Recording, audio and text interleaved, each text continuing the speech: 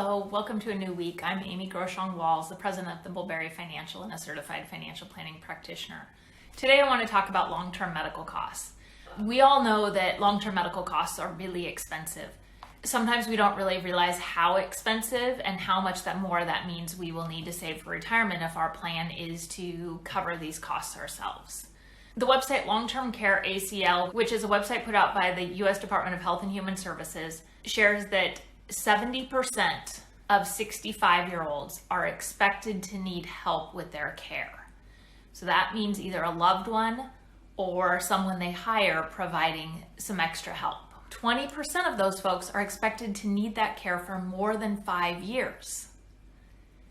Now here's the rub. Genworth shows on their website that the monthly cost of care in Oregon for in-home care is $5,500.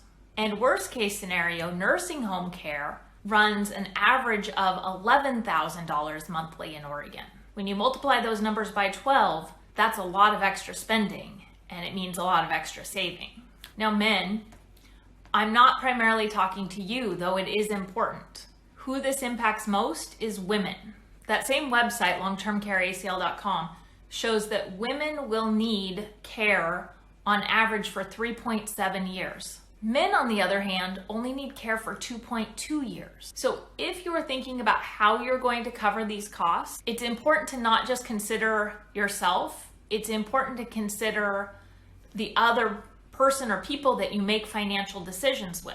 Now, one of the questions that I think automatically comes up when we talk about long-term medical costs is how you can cover that. I already talked about being able to save for those expenses. That's retaining that expense. Another option is to transfer that expense. That's where insurance comes into play. And then there's always a combination where you choose to retain some of that and you choose to transfer it. The question that automatically comes up when talking about long-term medical costs, especially when you grasp how big these costs are, is what are the options for covering those expenses? I already talked about retaining the cost. That's choosing to cover it yourself from your savings. Another option is to transfer the cost, and that's through insurance. There's also a combination where you choose to retain part of it and you choose to transfer some of it.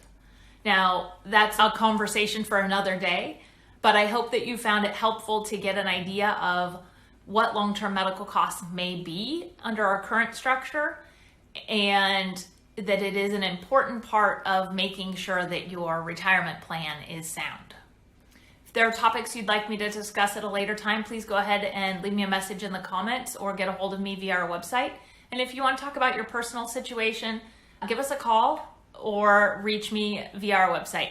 Thanks a lot.